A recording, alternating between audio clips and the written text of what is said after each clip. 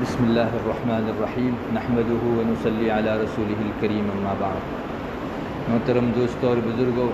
میں سلام کے آداب کے سلسلے میں آپ حضرات کے سامنے دین کی باتیں عرض کر رہا تھا۔ گزشتہ مجلس میں نے آپ کو یہ بتایا کہ سلام کرنا یہ ایک شریعت کا الگ حکم ہے اور سلام میں پہل کرنا یہ دوسرا حکم ہے۔ دونوں چیزیں شریعت میں مطلوب ہے۔ آپ سلام کرو اور دو سلام کرنے والوں میں پہل کرو۔ سامنے والا بھی کر سکتا ہے، آپ بھی کر سکتے ہیں، تو یہ پہلو آپ پہلے اٹھا لو کہ میں پہلے سلام کروں۔ اس کی وجہ سے اللہ تعالیٰ کا قرب، اللہ کی ولایت اور نزدیکی بھی حاصل ہوتی ہے، اور رسول اللہ صلی اللہ علیہ وسلم کے ارشاد میں ملتا ہے کہ جو آدمی سلام میں پہل کرتا ہے وہ آدمی تکبر سے بری ہے۔ حضرت عمر رضی اللہ تعالیٰ عنہ کے ارشاد میں یہ بھی ملتا ہے کہ سلام میں پہل کرنے کی وجہ سے محبتیں بڑھتی۔ چنانچہ حضرت عمر فرماتے تھے کہ اپنے دوست کی خالص محبت پانی ہو تو تین کام کیا کرو۔ کسی بھی دوست کے ساتھ نکھالستہ اور خلوص حاصل کرنا ہو تو تین چیزوں کا اہتمام کیا کرو۔ سب سے پہلی چیز تو یہی کہ سلام میں پہل کرو۔ سامنے والے کو، دوست کو موقع نہ دو کہ وہ پہلے سلام کرے، تم پہلے سلام کرو، اور دونوں دوست اس کا اہتمام کریں گے تو دونوں کے درمیان میں آپس میں محبتیں بڑھیں گی۔ دوسرے نمبر کے اوپر اپنے دوست کے جتنے بھی نام ہوں، الگ الگ لوگ الگ الگ ناموں سے کسی کو پکارتے ہیں، تو ان میں سب سے زیادہ اچھا جو نام اس کو لگتا ہو اس نام سے اس کو پکارو۔ اور تیسرے نمبر کے اوپر اگر مجلس کے اندر وہ تم کہیں بیٹھے ہوئے ہو اور وہ دوست آ جائے تو تم اس کے لیے تھوڑا سا کھسک جایا کرو۔ جگہ موجود ہو تو بھی تھوڑا سا اس کے اکرام اور اہتمام کے اندر کھسک جایا کرو۔ غالباً رسول اللہ صلی اللہ علیہ وسلم کے حوالے سے بھی ایک روایت میں یہ بات آتی ہے۔ رسول اللہ صلی اللہ علیہ وسلم تشریف فرماتے، بازو میں ایک جگہ خالی تھی، ایک آدمی آئے، خالی جگہ موجود ہونے کے باوجود بھی آپ تھوڑا سا کھسکے، تو صحابہ نے پوچھا ہے رسول اللہ جگہ موجود تھی آپ پھر بھی کھسکے؟ تو غالباً آپ نے اس طرح سے فرمایا تھا کہ مسلمان بھائی کا اتنا بھی اکرام نہ کروں؟ یعنی آدمی کھسکتا ہے تو سامنے والے کے دل میں اپنے ایک اعزاز کا احساس ہوتا ہے، مجھے اکرام دیا گیا اس بات کا احساس ہوتا ہے۔ تو یہ تین چیزیں حضرت عمر رضی اللہ تعالیٰ عنہ کے فرمانے کے مطابق خلوص پیدا کرتی ہے، دوستی کے اندر جو ہے پاکیزگی لایا کرتی ہے۔ سلام میں پہل کرو۔ اب ہمارے یہاں آپ دیکھیں گے ہم لوگ جتنا کسی دوست سے یا اپنے سے کلوز ہوتے ہیں، جتنا زیادہ قریب ہوتے ہیں، انہی تین چیزوں میں سب سے پیچھے رہتے ہیں۔ چنانچہ اجنبی کو تو آپ سلام کر لیں گے، لیکن اپنے دوستوں کی مجلس میں جانے کے موقع سے کم لوگ سلام کا اہتمام کرتے ہیں۔ اپنائیت جن میں ہوتی ہے ان میں سلام کا رواج آہستہ آہستہ ختم ہوتا ہے۔ آپ دیکھیں گے دو دوست آپس میں موبائل کے اوپر کال بھی کریں گے تو وہاں ہیلو سے افتتاح کریں گے، جبکہ کسی اور اجنبی کو وہ بات کرے گا تو پہلے السلام علیکم مروت میں ہی صحیح ایک مرتبہ بولے گا۔ تو حضرت عمر رضی اللہ تعالیٰ عنہ تو فرماتے ہیں کہ یہ چیز محبت میں اضافہ کرتی ہے کہ آپ سلام کرو اور سلام میں پہل کرو۔ ہمارے یہاں سلام ہی غائب ہے دوستوں کے درمیان، اور سلام میں پہل تو بہت دور کی بات ہوئی۔ دوسرے نمبر پر اپنا جتنا قریبی دوست ہوتا ہے اس کو برے سے برے نام سے پکارنے کا رواج۔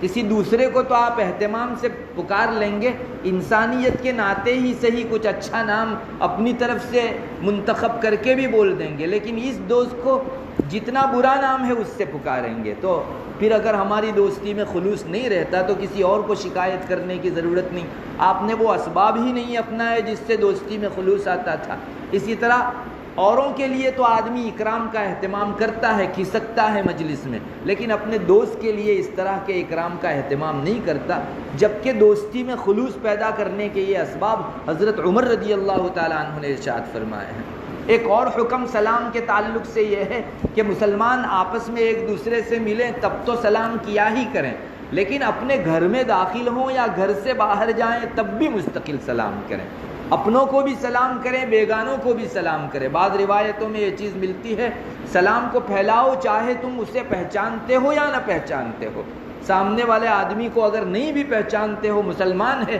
ایک مرتبہ تم سلام کرو۔ اس کا بھی ہمارے یہاں تھوڑا سا کم رواج ہے، اپنے پہچان والوں میں تو سلام کا عرف ہے، لیکن دوسرا ایک اجنبی مسلمان آ گیا تو کم لوگ اسے سلام کرتے ہیں۔ رسول اللہ صلی اللہ علیہ وسلم کی تعلیم یہ ہے کہ اپنے ہو یا بیگانے، پہچان میں آنے والے ہو یا اجنبی لوگ، سب کو سلام کیا جانا چاہیے۔ بہرحال گھروں کے اندر داخلے کے موقع سے بھی ہمیں سلام کرنا چاہیے، چاہے اپنا گھر ہو یا کسی اور کے گھر میں آپ داخل ہو۔ چنانچہ حضرت قتادہ رضی اللہ تعالیٰ عنہ کی ایک روایت ہے، وہ بڑے جلیل القدر تابعی ہیں، وہ روایت کرتے ہیں نبی اکرم صلی اللہ علیہ وسلم کا اس طرح کا ارشاد، جب تم اپنے گھر میں داخل ہو تو سلام کر کے داخل ہو، اور اپنے گھر والوں کو الوداع کہو، باہر جا رہے ہو، رخصت ہو رہے ہو، چاہے کسی سفر پر ہو یا کسی کام کاج کے لیے، تو بھی ان کو السلام علیکم ورحمۃ اللہ وبرکاتہ کہہ کر الوداع کرو۔ اپنے گھروں کے اندر بھی داخلے کے موقع سے سلام، یہ قرآن کی بھی تعلیم ہے اور حدیث شریف کی بھی تعلیم ہے۔ قرآن کریم میں ہے وَإِذَا حُيِّيتُم بِتَحِيَّةٍ فَحَيُّوا بِأَحْسَنَ مِنْهَا أَوْ رُدُّوهَا، اور ایک جگہ قرآن کریم کہتا ہے یا ایھا الذین آمنوا لا تدخلوا بیوتا غیر بیوتکم حتی تستأنسوا وتسلموا علی اہلها، اپنے گھروں کے علاوہ دوسروں کے گھروں کے اندر بھی تمہارا داخلہ ہو تو گھر میں داخل ہونے کے موقع سے دو کام کیا کرو، ایک تو پہلے انس دے دیا کرو کہ میں آ رہا ہوں، اور دوسرے نمبر کے اوپر سلام کر لیا کرو۔ گھر والوں کو سلام کرنا یہ ان کا حق ہے، اگر ہم نے سلام نہیں کیا تو سمجھو ایک حق دینے سے ہم نے گریز کیا، اس لیے گھروں میں داخلے کے وقت بھی اور گھر سے باہر نکلنے کے وقت بھی سلام اسلام کی سنت ہے، رسول اللہ صلی اللہ علیہ وسلم کی یہ تعلیمات میں سے ہے۔ اپنے چھوٹوں کو بھی یہ بات سکھانی چاہیے کہ وہ گھر میں داخل ہوں تو سلام کیا کریں، جیسے رسول اللہ صلی اللہ علیہ وسلم کا معمول تھا۔ حضرت نبی اکرم صلی اللہ علیہ وسلم کے ایک بہت قریبی خادم تھے حضرت انس ابن مالک رضی اللہ تعالیٰ، لگ بھگ 10 سال تک ان کی ماں نے رسول اللہ صلی اللہ علیہ وسلم کی خدمت میں ان کو رکھا تھا، اور آپ کی وفات تک وہ آپ کی بہت قریبی خدمت کرتے رہے۔ بار بار ایسے مواقع آئے کہ گھر کے درونی احوال یا تو آپ صلی اللہ علیہ وسلم کی ازواج مطہرات سے ہم کو معلوم ہوئے یا قریبی خادم سے معلوم ہوئے، تو حضرت انس رضی اللہ تعالیٰ عنہ کا مقام ان خدام میں ہے جن کو رسول اللہ صلی اللہ علیہ وسلم کی خدمت کا 10 سال تک شرف حاصل ہے۔ تو کہتے ہیں کہ ایک مرتبہ مجھ کو رسول اللہ صلی اللہ علیہ وسلم نے فرمایا یا بنی، اے میرے بیٹے، تم جب بھی گھر میں داخل ہو اپنے تو اپنے گھر والوں کو سلام کیا کرو، تو یہ تمہارے لیے بھی برکت کا ذریعہ ہے اور تمہارے گھر والوں کے لیے بھی برکت کا ذریعہ ہے۔ اگر ہمیں معلوم ہو جائے کہ یہ چیز گھر میں، پیسوں میں، چیز میں، مال میں برکت لانے والی ہے، اہل و عیال میں برکت لانے والی ہے، تو ہم اس کا اہتمام ضرور کریں گے۔ حدیث شریف میں یہ بات آ چکی ہے کہ گھر میں داخلے کے وقت اگر کوئی آدمی سلام کرتا ہے اللہ تعالیٰ اس گھر میں برکت رکھ دیتے ہیں۔ ہمیں چاہیے کہ ہم برکت کے اور اسباب جہاں اپنائیں، اس پکے سبب کو ضرور اپنائیں جس کو نبی اکرم صلی اللہ علیہ وسلم کی سچی زبان ارشاد فرما چکی ہے۔ سچی بات یہ ہے کہ ہمارے یہاں گھروں میں داخلے کے وقت یا گھر سے نکلتے وقت اتنا زیادہ اہتمام سلام کا نہیں ہے۔ بہت سے گھرانوں کے اندر اس کا اتنا خصوصی اہتمام کروایا جاتا ہے کہ بچہ اگر سلام کر کے نہ آئے تو واپس بھیجا جاتا ہے۔ ہمارے یہاں ایک مرتبہ ایک مہمان آئے ہوئے تھے، کوئی بچہ داخل ہوا، اس نے سلام نہیں کیا تو بہت تعجب کا اظہار کیا، انہوں نے کہا کہ ہمارے یہاں تو یہ چیز ہوتی ہی نہیں کہ بغیر سلام کے کوئی بچہ داخل ہو۔ تو بہت سے گھرانے اس کا خصوصی اہتمام کرتے ہیں اور اس کی برکت سے وہ محظوظ بھی ہوتے ہیں۔ اللہ کے رسول نے فرمایا کہ سلام کرنے کی وجہ سے برکت ہوتی ہے، اس میں کوئی شک و شبہ کی گنجائش رہ ہی نہیں جاتی۔ اہل و عیال میں بھی برکت ہوتی ہے، مال و منال میں بھی برکت ہوتی ہے، سب چیزوں کے اندر اللہ تعالیٰ برکت عطا فرماتا ہے۔ اور کوئی گھر کے ساتھ خاص نہیں ہے بلکہ کسی مجلس میں جاؤ وہاں بھی یہی حکم ہے۔ چنانچہ بعض روایتوں میں ہے، حسن حسین میں وہ روایت موجود ہے جس کا خلاصہ کچھ اس طرح سے ہے، رسول اللہ صلی اللہ علیہ وسلم کا اس طرح کا ارشاد ہے، جب تم کسی مجلس میں جاؤ تو مجلس والوں کو سلام کرو، پھر اگر تمہارا جی چاہے تو مجلس میں بیٹھو، اور جب واپس رخصت ہو تو مجلس سے رخصتی کے موقع پر بھی سلام کر کے نکلو۔ حالانکہ ابھی آیا تھا، بہت مختصر دیر بیٹھا مجلس کے اندر اور ابھی واپس جانا ہے، لیکن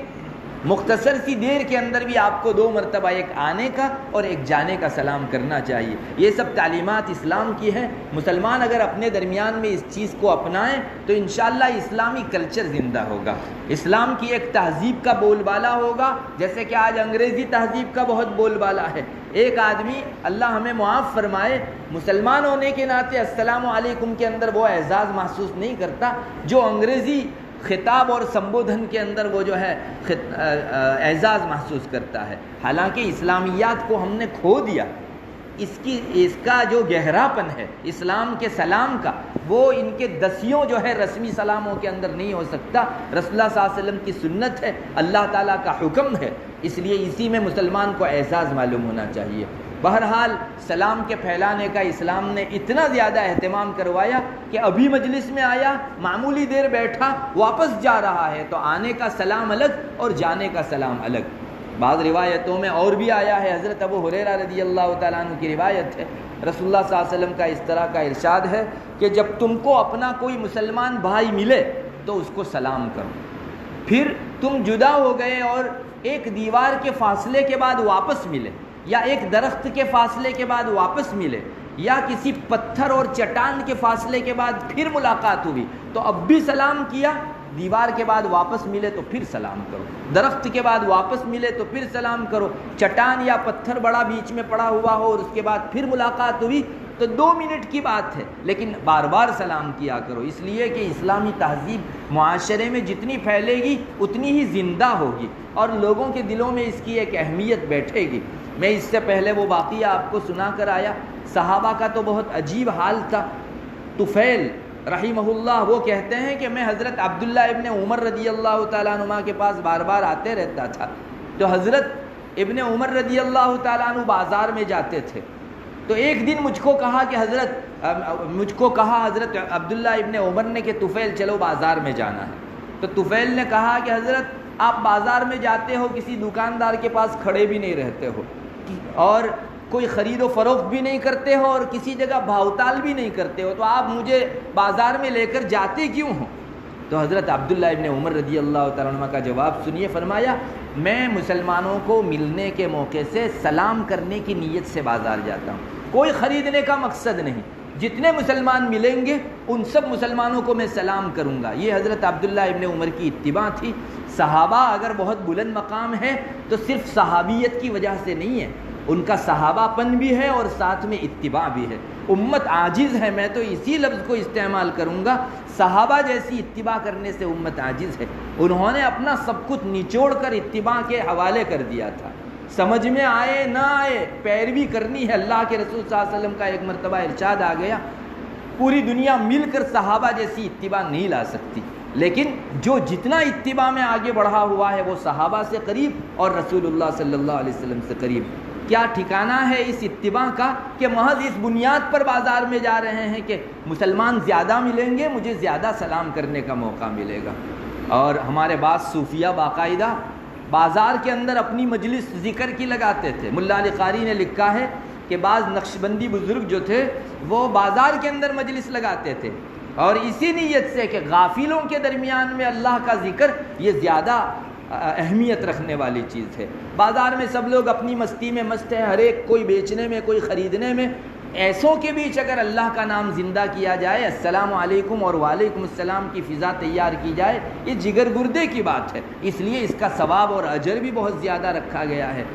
اور یہیں سے یہ بھی معلوم ہو گیا کہ وہ جو روایت میں آتا ہے کوئی آدمی بازار جائے اور یہ کلمہ پڑھے لا الہ الا اللہ وحدہ لا شریک لہ لہ الملک ولہ الحمد یحیی ویمیت وہو حی لا یموت بیدہ الخیر وہو علی کل شیء قدیر، بس اتنا بازار کے اندر پڑھے گا، رسول اللہ صلی اللہ علیہ وسلم نے فرمایا اس کے لیے 10 لاکھ نیکیاں لکھی جاتی ہیں اتنا پڑھنے کے اوپر، اور 10 لاکھ گناہ اس کے معاف ہو جاتے ہیں اور 10 لاکھ درجے بلند ہوتے ہیں۔ یہ ملا علی قاری نے روایت بیان فرمائی ہے۔ بازار میں اسی وجہ سے انہوں نے لکھا ہے کہ اصل میں اللہ تعالیٰ کی ہر گھڑی مومنوں کے اوپر رحمت اور سب کے اوپر رحمت برستی رہتی ہے، تو جو آدمی اللہ کی یاد میں ہو اس پر تو وہ رحمت آتی ہے، اور جو غافل ہو اس پر سے ہٹ جاتی ہے، اور وہاں سے ہٹ کے جو یاد کر رہا تھا دوسرے کا حصہ بھی اس کو مل جاتا ہے۔ تو بازار میں اتنی بڑی جمعیت جو اللہ کے ذکر سے غافل ہو، اگر آپ یہ ذکر کریں گے تو سب کی رحمت لوٹ کر